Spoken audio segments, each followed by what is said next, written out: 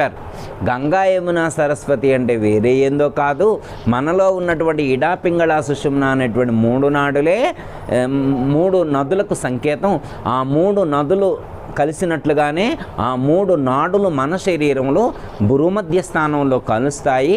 ఎవరైతే ఆ 3 నదులు కలిసినటువంటి లేదా 3 నాడులు కలిసినటువంటి భూమధ్యాన్ని దాటి పైకి వెళతారో వాళ్ళు మోక్షాన్ని పొందుతారు, వాళ్ళు ముక్తిని పొందుతారు.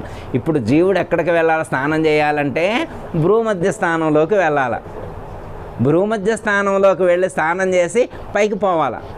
భూమధ్య స్థానంలో స్నానం చేస్తే ఏమవుతుంది? పైకి పంపిస్తారు. పైకి పంపిస్తే పైన ఎవరు ఉంటారు?